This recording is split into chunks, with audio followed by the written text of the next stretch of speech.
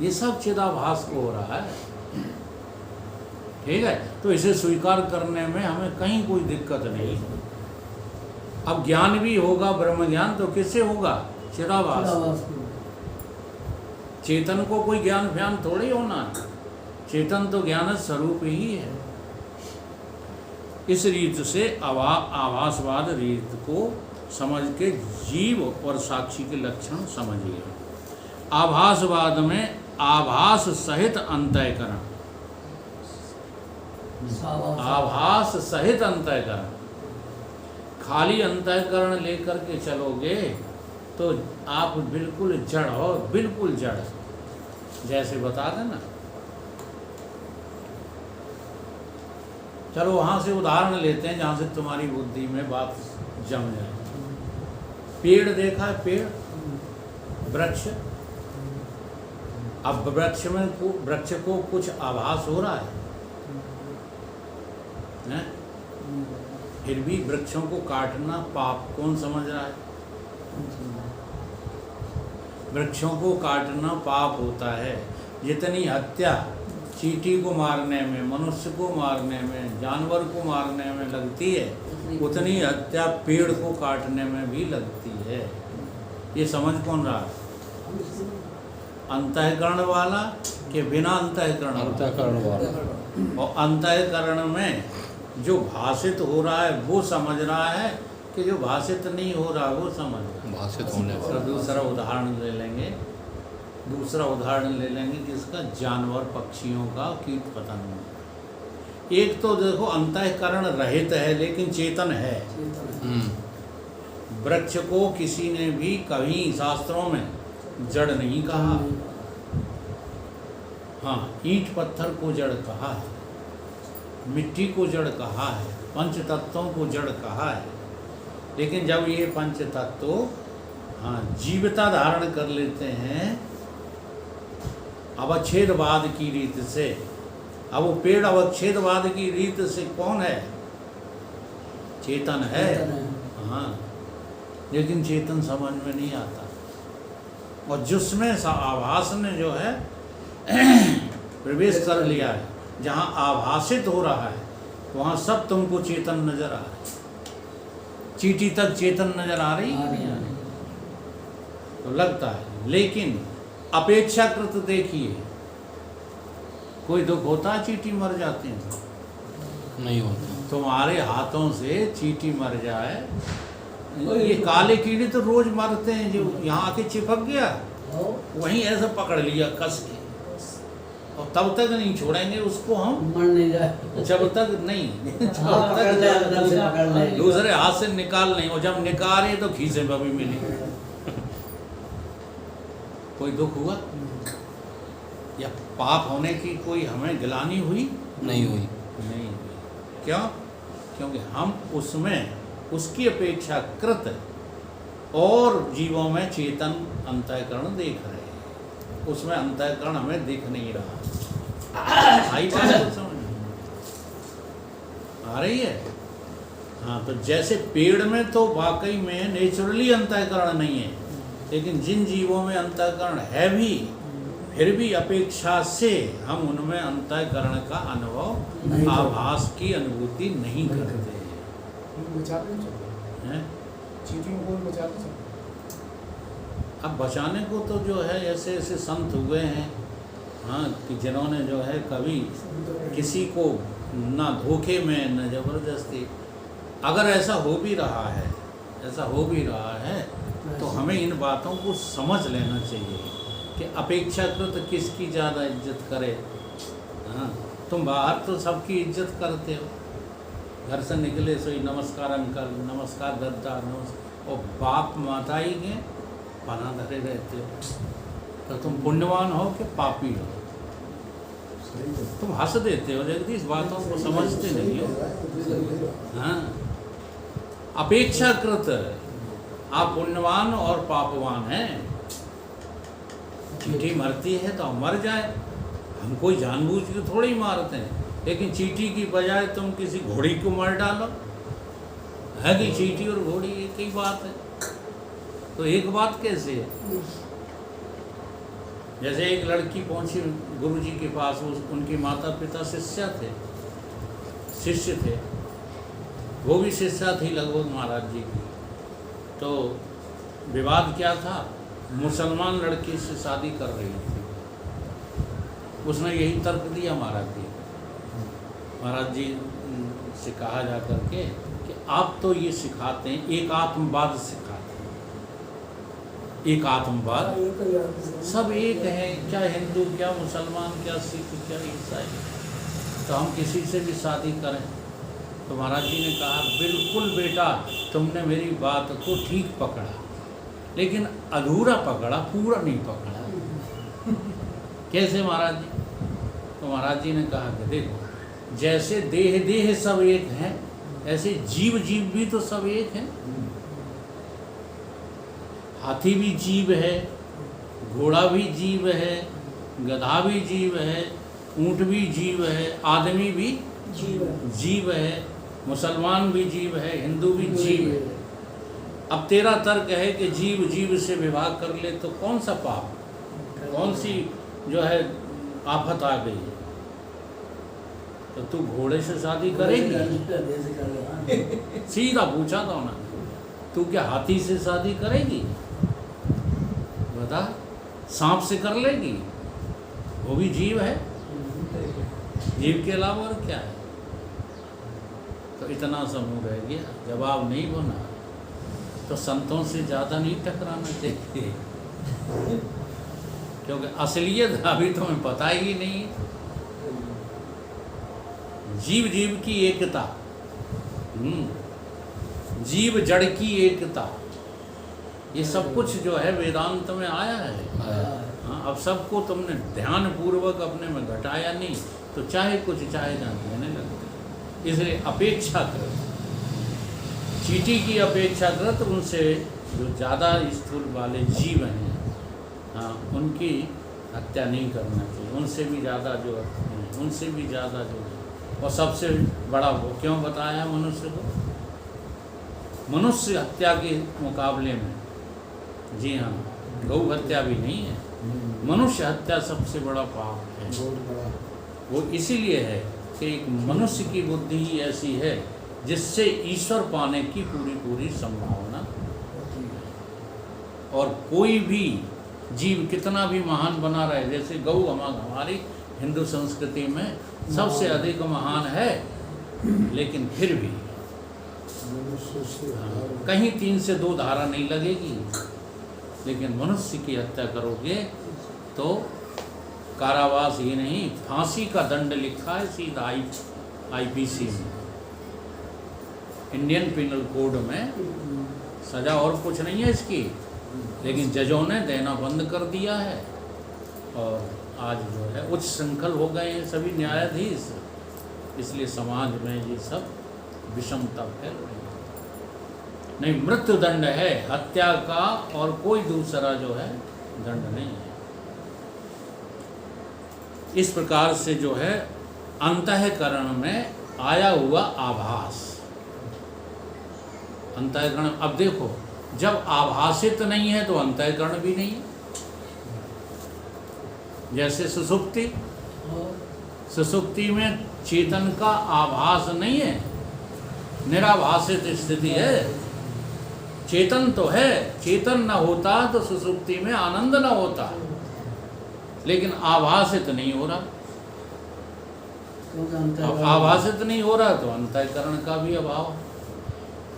चिदाभास और अंतःकरण, इनको जुड़वा भाई समझिए। हाँ, एक के बिना दूसरा नहीं है, दूसरे के बिना पहला वाला नहीं है। तो अंतःकरण विशिष्ट चेतन,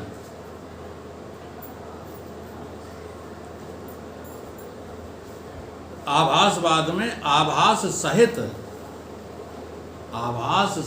अंतःकरण की विशेषता क्या है? जीव। आभास सहित अंतःकरण साक्षी की उपाधि है। आभास सहित जो अंतःकरण साक्षी की उपाधि है वो कैसा है?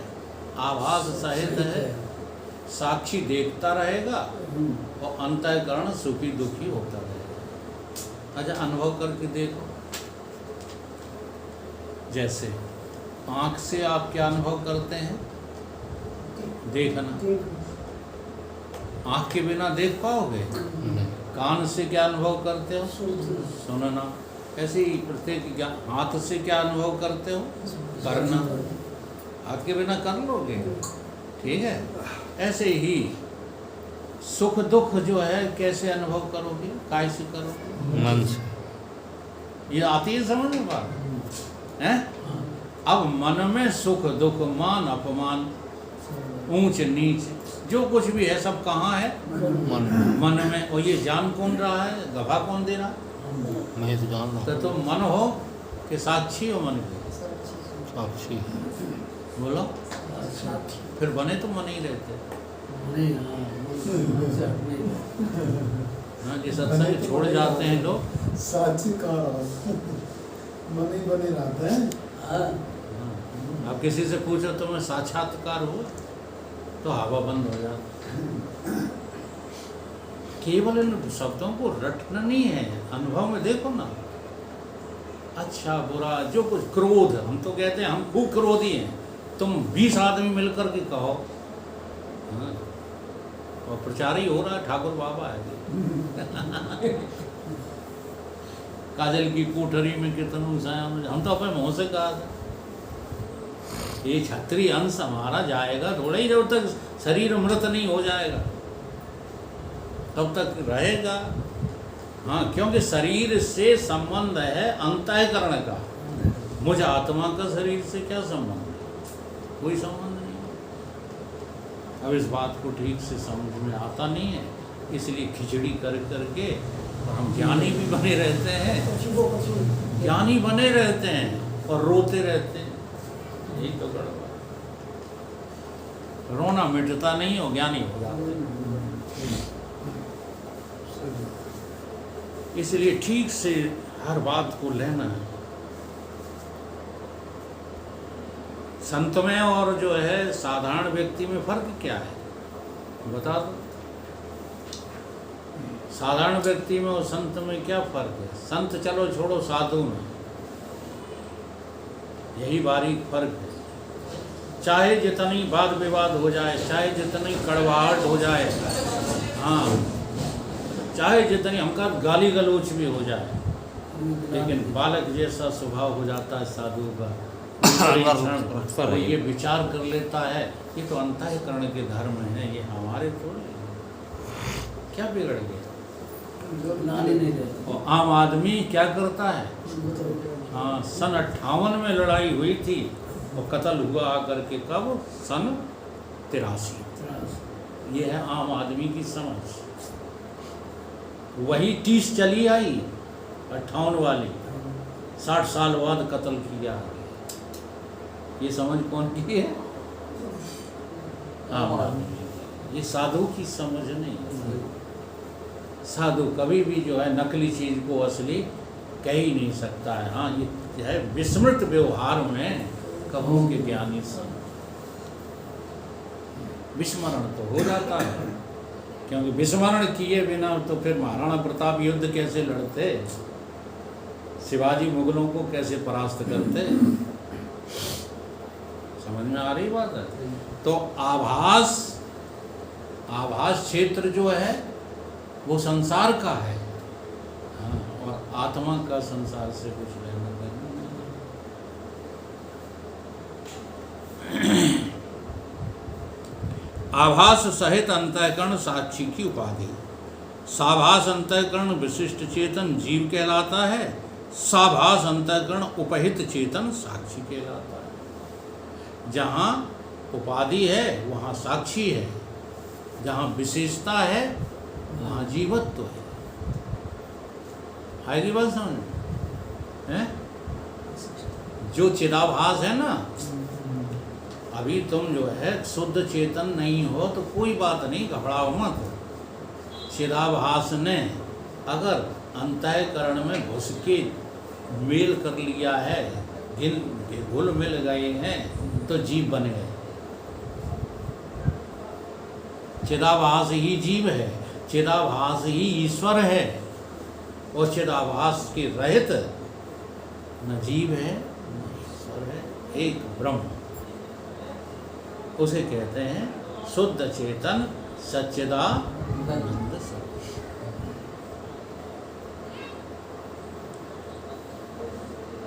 यद्यपि दोनों पक्ष में विशेषण सहित चेतन जीव सोई संसारी है, तथापि विशेष भाग जो चेतन का है उसमें तो जन्म मरण आदि लेकर के संसार का संभव है ही नहीं। इसलिए विशेषण मात्र में संसार है, आभास मात्र में संसार है, विशिष्ट चेतन में कोई संसार नहीं।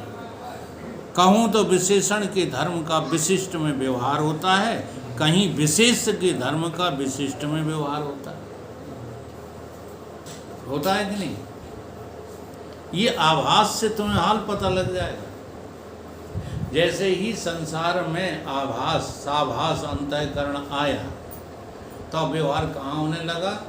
व्यवहार तो संसार में चल रहा है, और समझ कहाँ रहे हो? चिदाभास में। समझ रहे हो कि नहीं? नहीं, क्यों दुख होता है, क्यों सुख होता है बताओ। 24 घंटे आप साक्षी नहीं रह सकते, 24 घंटे आप चेतन नहीं रह सकते। लेकिन यदि आपको पता लग जाए कि व्यवहार कला तो सब आभास में है, तो बताओ असर करेगा? सुख दुख जन्म मृत्यु आना जाना ये असर करेगा? व्यवहार मेरा तेरा ये असर करेगा? अरे झूठा है आभास, आभास झूठा है, आभास के कार्य धर्म सब झूठे हैं।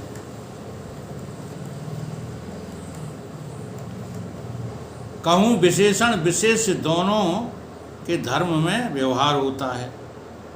जैसे दंड करके घटाकाश नाश होता है, जरा ध्यान देना। घड़ा फोड़ दिया गाय से, डंडा से, और रोने लगे, कहीं घटा कहीं के हो तो कहीं घड़ा मर गया। तब पिताजी ने बताया कि बेटा घड़ा नहीं मरता, घटाकाश कभी मरता नहीं, वो तो अभी भी वैसा ही है, घट के फूट जाने पर भी वैसे ही। कबीर बाबा ने कहा ना, जल बिच कुंभ कुंभ, जल बिच कुंभ कुंभ बिच जल है, बाहर भीतर पानी।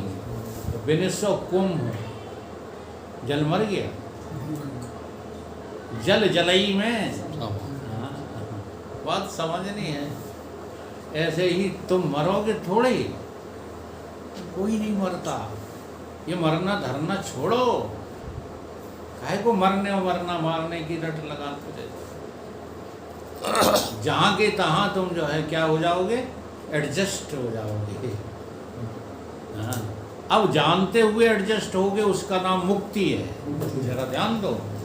और अपने आप एडजस्ट होगे तो वो काल का ग्रास है, वो काल करेगा आपको। इसलिए ज्ञान, इसलिए जो है जानकारी बहुत जरूरी है।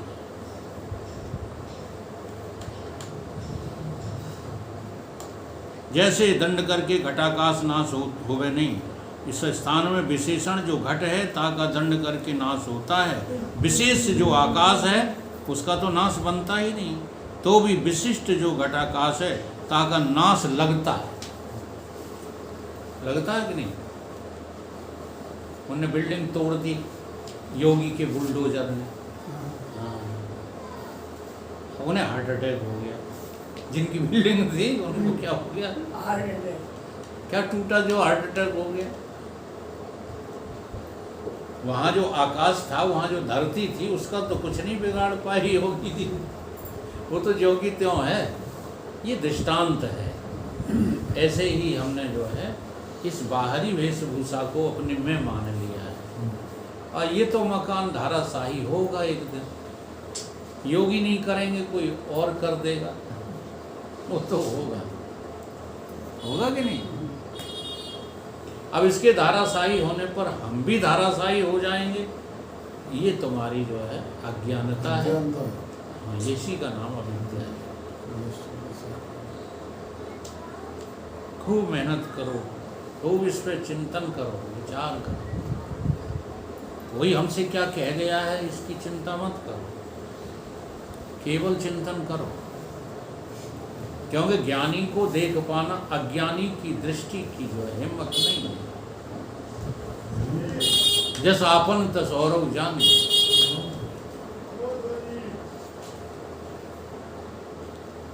और दूसरा उदाहरण दिया, कुंडली पुरुष सोता है, इस स्थान पर कुंडल विशेषण है और पुरुष विशेष है। विशेषण जो कुंडल है, ताकि विशेष उसमें सोना बनेगा नहीं।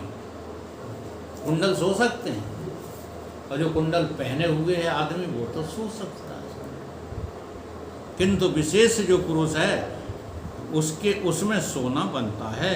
और कुंडल विशिष्ट सोवे है, ऐसा विशिष्ट में व्यवहार हो जाता है। लेकिन कहा क्या जाता है कि वो कुंडलधारी सो रहा है। कौन सो रहा है? कुंडल। कभी कभी आपने देखा होगा कि घोड़े दौड़ रहे हैं, लाल, सफ़ेद, काला, पीला। अब क्या कहते, घोड़ा तो बोलते नहीं, क्या कहते हैं? पीला आगे है, पीला आगे है। अब लाल आगे हो गया, लाल लाल पीला आगे हो गया, क्या घोड़ा आगे हो गया? अगर मैं मेहमान आता हूँ छुट्टियाँ रखना है तो लोग मोड़ा मुझे कहता है बच्चे छुट्टियाँ आएगा। ये टोपी आ गई, आओ ये फलाना आ गया, ये दाढ़ी आएगी, दाढ़ी। अब दाढ़ी आ गई कि दाढ़ी वाले पंडित जी आ गए। तो ये व्यवहार एक दूसरे में हो जाता है। शस्त्री पुरुष युद्ध में गया, इस स्थान में विशेषण जो शस्त्र है और विशेष जो पुरुष है, दोनों युद्ध में गए एक साथ। हाँ, ये एक साथ दोनों का व्यवहार है, विशेष और विशेषण। दोनों अलग अलग हैं? नहीं, अलग अलग भी व्यवहार है, वही तो समझाया जा रहा है। कभी विशेष जो है व्यवहार नहीं करता, लेकिन विशेषण की वजह से विशेष में व्यवहार लगता है। लेकिन कभी कभी विशेषण और विशेष दोनों, जैसे शस्त्रधारी हो ना, अब युद्ध में गए तो शस्त्र सहित गए कि बिना शस्त्र के गए? शस्त्र सहित गए। अवच्छेदवाद में तो अंतःकरण विशिष्ट है, अंतःकरण विशेषण है। आभासवाद में साभास अंतःकरण विशेषण, ये फर्क होता है। अवच्छेदवाद में खाली अंतःकरण को विशेषण मान लेते हैं, जो हो नहीं सकता। कैसे हो जाएगा? जड़ जड़ अलग है, चेतन। लेकिन आभासवाद में आभास साभास अंतःकरण विशेषण है। इसलिए आभासवाद को स्वीकार करके हम जगत में चेतन होकर ही व्यवहार करते हैं, ये हमें पता लगने लगता है। चेतन की चेतना का नाम है आभास। और चेतन की चेतना कितना भी जगत में बनी रहे, वो अपने चेतन को छोड़ नहीं सकती। छोड़ देगी क्या? तुम्हारी परछाई तुम्हें छोड़ देगी? नहीं। रामायण में एक प्रसंग आया कि सारे संसार के व्यक्तियों की परछाई काली होती है, देख लेना अपनी परछाई। लेकिन राम जी की परछाई जो थी वो काली नहीं, उजली थी। कई कहाँ कैसे प्रमाण, कई ऐसे पलना में जो है जब जन्मे तब रो रहे थे। कौन? राम जी। पलना पौड़ाए, जैसे ही पलना में पौड़ाए तो राम जी तो चुप हो गए, लखनलाल जी जोर जोर से रोने लगे। और इतना रोए कि पूरी अयोध्या हिल गई। वशिष्ठ जी को बुलाया गया, वशिष्ठ जी से कहा गया कि देखो क्या है, हाँ तुम त्रिकालदर्शी हो, ये बताओ। जादू टोना कर हो गया पता। हाँ, वशिष्ठ जी ने उठाया लखनलाल जी को और राम जी के जो है चरणों में रख दिया। समझ में आ रही कि नहीं? सारी चिल्लाहट खत्म। अर्थात राम की परछाई कौन है? लक्ष्मण। और लक्ष्मण गोरे हैं कि काले? ये बात कहने की वेदांत की एक विधा होती है। उजले हैं उजले, अर्थात चेतन की जो चिदाभास है वो कभी गंदा नहीं होता। ये गंदा तो हमने अविद्या से कर लिया। इसलिए चेतन और चेतन की चेतनता अर्थात चेतन और चिदाभास ये दोनों प्रकाशमयी हैं, प्रकाश स्वरूप हैं। यहाँ वेदांत का ये अर्थ निकाला गया है। हाँ, कोई लक्ष्मण के और राम के शरीरों से मतलब नहीं है, लेकिन उदाहरण वैसे ही लाना पड़ते हैं, कथानक उदाहरण वैसे ही लाना पड़ते हैं जैसे हमारे शास्त्रों में कहा गया है।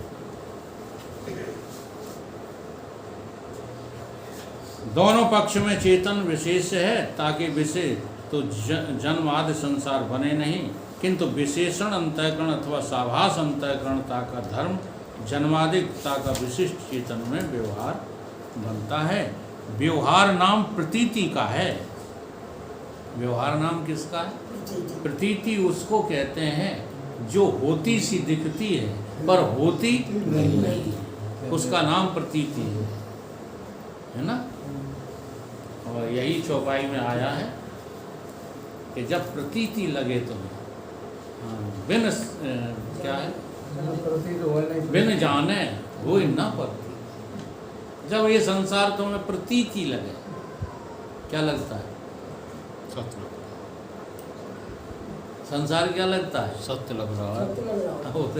उदय सिंह बोले नहीं रहे, सत्य लग रहा, प्रतीति तो नहीं लग रहा।